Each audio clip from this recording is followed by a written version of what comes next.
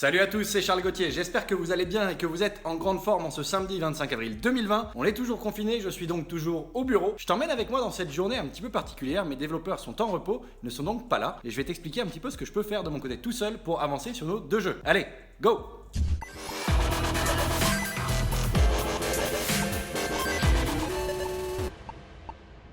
Vous l'aurez compris les amis, on est samedi, je suis donc tout seul, mes développeurs sont en repos, c'est le week-end, ils vont se reposer un petit peu, ils reviendront lundi in force, mais moi j'ai pas envie de rien faire de mon week-end, j'ai envie d'avancer, j'ai envie de trouver des axes de progrès sur nos jeux et surtout de consolider tout ce qu'on est en train de faire. Tu l'as vu dans la vidéo précédente, on est arrivé avec des toys dans cette fin de semaine, on a des jeux, des expériences de jeu présentes, qui est existantes, qui sont jouables, mais qui sont pas encore polish, pas encore habillées, on n'est pas encore sur un vrai jeu. On pourrait faire éventuellement des tests CTR avec ça, mais pas encore des tests CPI par exemple, et on va pousser un peu plus loin les jeux sur la semaine prochaine. Du coup moi ce week-end je vais essayer de régler au mieux nos boucles de gameplay principales et c'est ce que je vais te partager dans le début de la vidéo. Donc ça c'est une première partie de ma journée aujourd'hui. Je pense que je vais étaler ça un petit peu sur la journée, la soirée aussi, je vais me laisser aller. Là je me laisse complètement libre sur ces sujets-là et tout ce que je veux c'est arriver à une finalité qui est une bonne expérience de jeu, un bon feeling, déjà sur les fondations de notre jeu. Et pour la suite de la journée, j'ai envie là en ce moment d'affiner ma vision, ma réflexion, mes decks, mes pitchs et cette période de confinement me fait beaucoup évoluer. Donc je vais aussi me concentrer un petit peu sur certains moments de ma journée, sur ces aspects-là et je pense que j'en ferai aussi dimanche. Mais voilà un petit peu les enjeux de cette journée du coup. Donc je t'emmène avec moi, on attaque tout de suite. Go!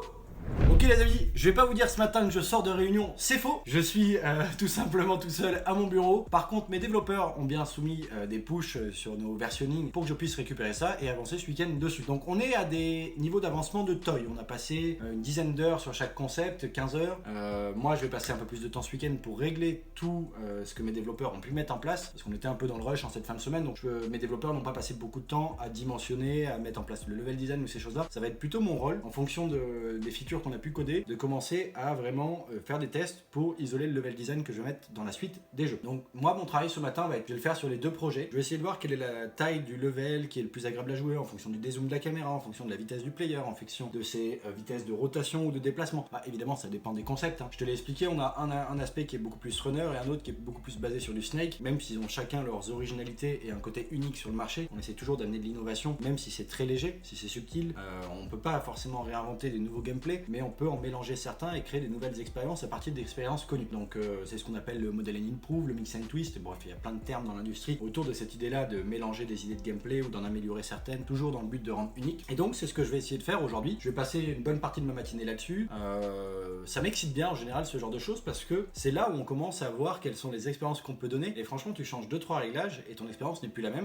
Ça peut être deux expériences bonnes d'ailleurs, hein, ça peut arriver et dans ce cas là faudra faire un choix. Ça peut être intéressant de les montrer en A/B testing en vidéo si tu fais de l'acquisition publicitaire pour voir laquelle performe le plus, quelle est celle qui attire le plus les joueurs. Mais dans tous les cas, c'est intéressant de pouvoir maximiser le nombre de tests sur les expériences qu'on a parce que ça permettra de conserver celle qui nous paraît la plus intelligente, la plus stable, la plus agréable, la plus fun à jouer finalement. On est toujours sur cette base là, hein. L'idée c'est d'amener du plaisir aux joueurs, de leur amener des émotions positives, négatives, frustration, émerveillement et compagnie pour faire en sorte qu'ils restent et qu'ils prennent du plaisir sur le jeu et que ça les amuse. Ils viennent pour se détendre et prendre une dose de plaisir, hein. Ils viennent chercher de la dopamine. N'oublie pas ce côté un peu snacking, n'oublie pas que nos joueurs hyper casus ils viennent chercher une barre de Mars, ils viennent pas chercher un repas qui va durer 4 heures, ils viennent chercher un snacking, quelque chose qui va être rapide, qui va être rapidement consommé, mais qui va être vachement bon. Quand tu manges une barre sucrée, céréalière ou ce que tu veux, tu te fais un petit kiff, c'est plaisant, c'est agréable, et c'est rapidement fini. Et tu passes à autre chose. C'est un peu pareil avec l'hyper casual, quoi.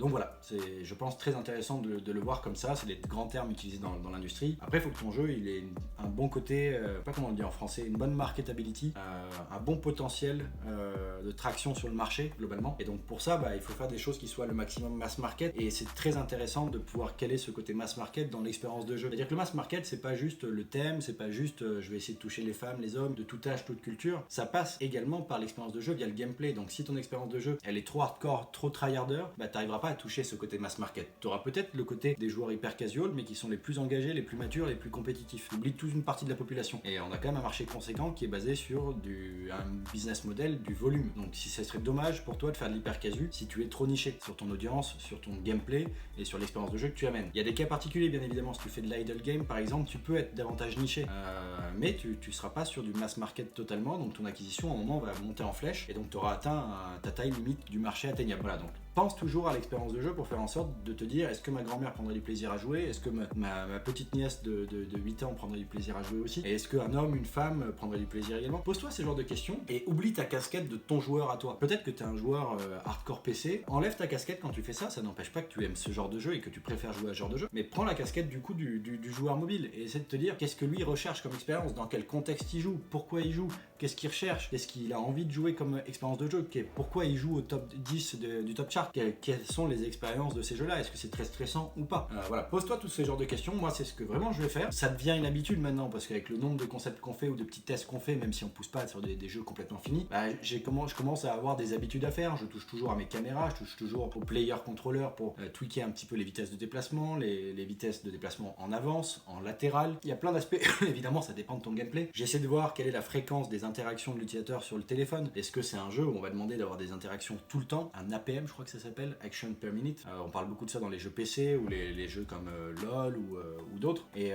peut-être qu'on peut essayer de s'inspirer ça aussi pour les jeux hyper casus. Évidemment, il y aura beaucoup moins d'actions, mais il y a peut-être un nombre d'actions qui est important à mesurer sur les autres hits du marché. Et peut-être des hits qui ont des gameplays similaires à toi. Tu fais un runner, regarde quels sont les rythmes des jeux des autres runners. Et essaie de faire des tests dans ton gameplay, dans ton noyau de jeu, pour réussir à avoir l'expérience la plus sympathique possible et qui reste peut-être similaire à ce que tu peux voir sur d'autres jeux, qui est unique parce que ton gameplay est unique, mais qui amène un rythme similaire ou une sensation similaire parce que si tu amènes trop de difficultés, trop de stress, tu seras trop punitif et pas assez, tu seras trop lassant. Donc c'est peut-être pas mal de regarder ce que font ceux qui marchent bien parce qu'ils les ont A/B testés sur plein de fois, sur plusieurs launchs ou soft launch et de voir ce que toi tu peux adapter à ton gameplay. Voilà un petit peu les conseils sur cette partie-là. Je vais pas encore faire beaucoup de polishing, c'est trop tôt pour le faire, je pense. Par contre, ça ne m'empêche pas d'anticiper tout ça. Donc je vais faire beaucoup de recherche d'assets également, de recherche de VFX, de l'inspiration Pinterest ou autre ou d'autres jeux pour trouver les bonnes teintes de couleurs pour l'expérience de jeu que je veux donner. On veut s'amuser, je vais essayer de voir si on fait un style plutôt low poly, cartoon, abstrait, mais je vais pas encore